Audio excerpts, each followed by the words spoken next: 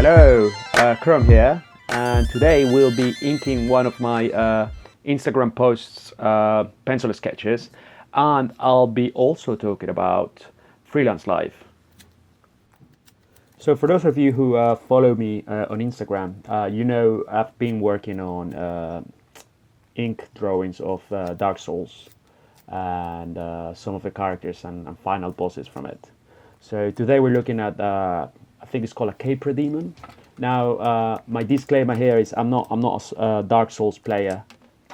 Is I haven't got around to playing it. I just recently got back my copy of Dark Souls 1, and I'll be giving it a go. I do love the look of the game. I love the look of the characters, and that's why I've been drawing them. But yeah, I yet haven't played the games properly, so I still need to do that. Now this Capra demon we're looking at here is a bit of a different version of the one you've seen on the game or on the screenshots of the game. I found a 3D model of this Capra demon by an artist called I think Jared Haley on ArtStation. He's done a wonderful rendering work of this new version of Capra demon. When I saw it, I knew I had to draw it in my style and see how it will come out. So check the link below. You can see a link to the page of the actual original 3D model drawings. Not drawings, the actual 3D models for you to have a look at. And anyway, we'll be inking this today, and we'll be having a quick chat about freelance life as far as illustration is concerned. So when it comes to freelance, I think many people romanticize the idea of just being at home, working for different clients and doing different things, and having a wonderful free life. And although that's true to a certain extent, I think it's quite important to point out that there are lots of things about freelance life that not many people talk about, not many people point out, making it a bit of a misinformed or like just sort of spreading a bit of a misconception about how it really works for some people. And that's the other thing. Everyone has different approaches to this, and everyone has started their freelance careers in different ways.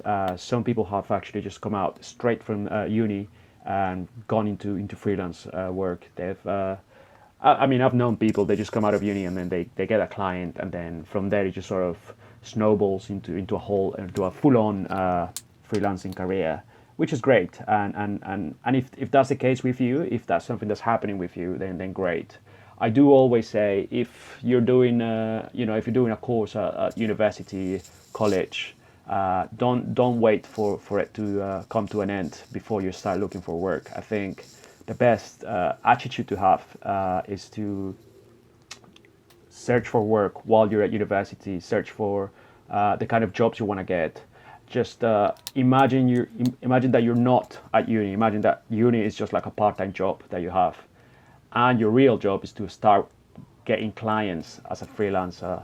I think that's very important, because by the time you graduate or you finish your course, if you have a decent amount of clients that are giving you sort of constant work, then that is great, because you don't have to find a different job to sustain yourself while you look for those clients, because you did it before. And I think that's a great approach to have. I was doing that when I was at uni. I was freelancing from that time because I needed money to sustain myself, pay rent, etc. And it was the only way I could do it. Now, that being said, when I came out of uni, I had my eyes on just getting a full-time job and get a bit more money, as I had been living really skinned for years. So yeah, I didn't pursue the freelance sort of life straight away. I went through a few years of working in the advertising industry as a full-time designer. But eventually I just sort of went back into freelancing fully. I quit my job I think it's going to be about 3 years now. And it was a process, I think. If this is something you're considering, and you are currently working, I don't know, in a full-time job like an office job, or you're working in a bar or retail, I think you need to start looking at your spare time as a test of you working as a freelancer. I think if right now you have one of those jobs and you're not finding time to look for clients and do your own work in your spare time, if you're not finding that time right now, I think you may struggle a bit if you decide to go full on freelance at some point. Now, bear in mind, these are my opinions. This is not written on stone. This is just my opinion from my personal experience, and this varies depending on different people. Uh, so that being said, the great advantages of freelance life is that you are your own boss. You don't have to regulate yourself by office hours or anything like that. Although, that being said, that's what I do. I work from 9 to 7 kind of thing every day, because you're working for yourself basically. So the more you work, the better you'll get at what you're doing, and your clients will be happier. There is so many things to be covered in this, and there's so many different kinds of illustration clients you can get. So many fields within illustration these days that is overwhelming. So I'd say I'm just gonna give it a quick sort of overview today. And if you have any specific questions, then just write them down, and I'll try to address them. In fact, the reason why I'm talking about this today is because some of you have asked me to talk about it in my past videos, and that's why we're here talking about it. So the main thing I do during the week is I have a list of things I need to do, clients I need to sort of pursue, sort of send emails, kind of promote myself, and within that deal with projects that I already have, and sort of try to work on them, be as professional as I can, always try to over deliver as far as time frame is concerned. So if you have a project that you know for sure is going to take you 2 days, usually you should tell your client it's going to take you 3, and then you deliver it within 2 days. Everyone is happy. You don't have to rush. You don't have to kill yourself to get this job done, and the quality of the work will be excellent, because you have enough time to work on it properly. I mean, it's a bit of a boring sight when you talk about time management, but it is crucial in a freelance life to have time management. I used to look down on things like that when I was a lot younger. Things like timesheets and things like that, because it just sounds bloody boring. But you know what? They're there for a reason. Time management is an excellent way of dealing with your freelance life.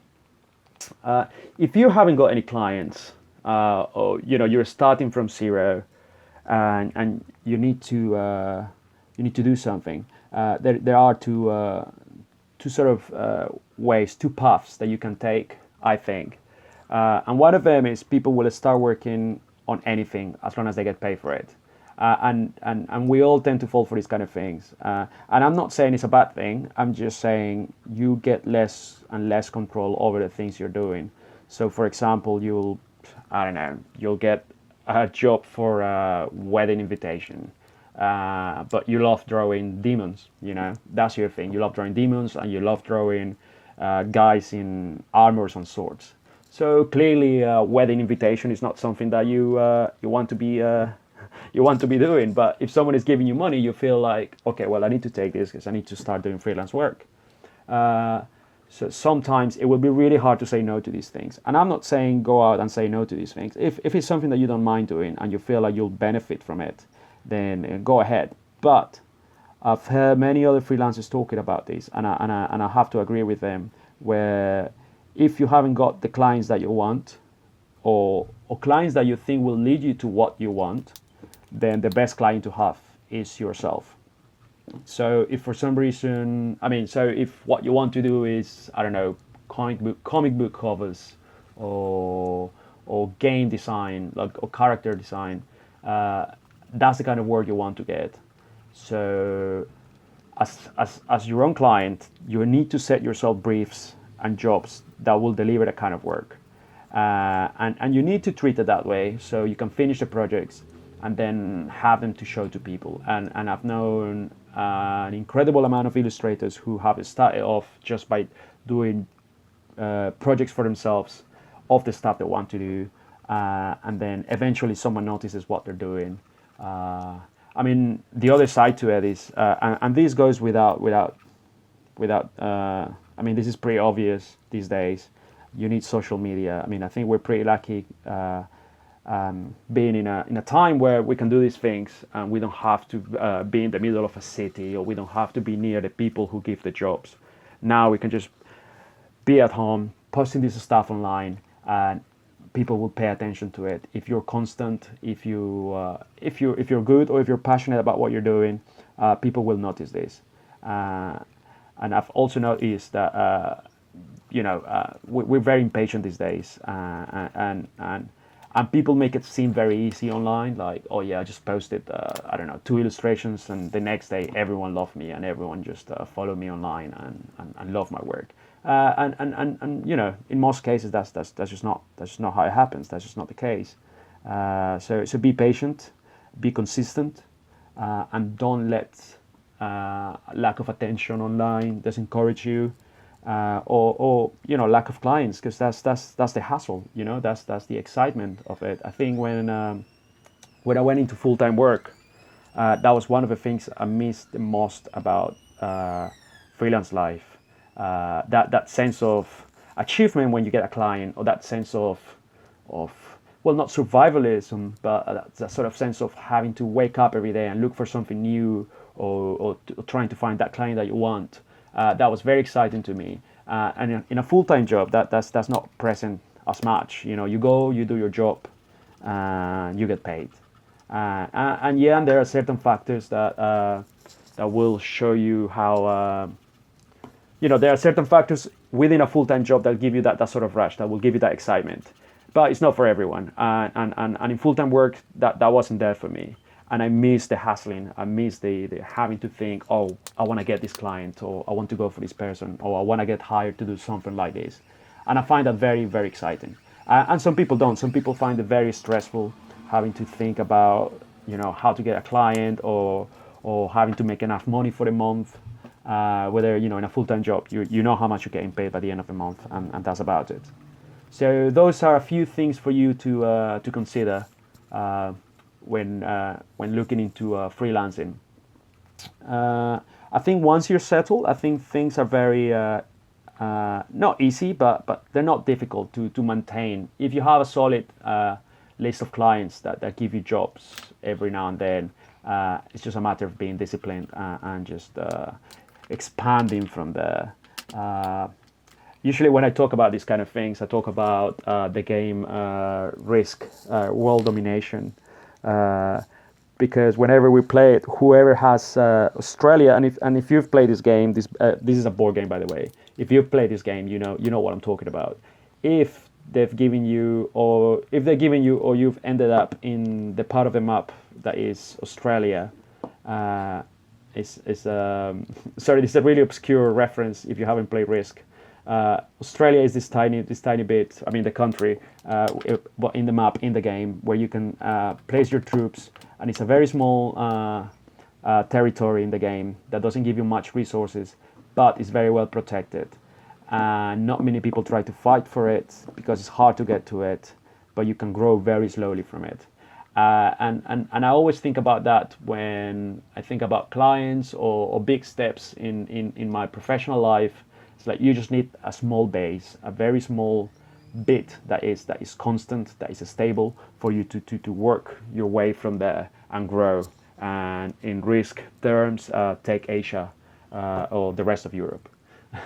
So that's one of the things I can tell you about that. Just make sure you have like a stable base to work from, and see how much you can move from there. I think that's all I can tell you for now.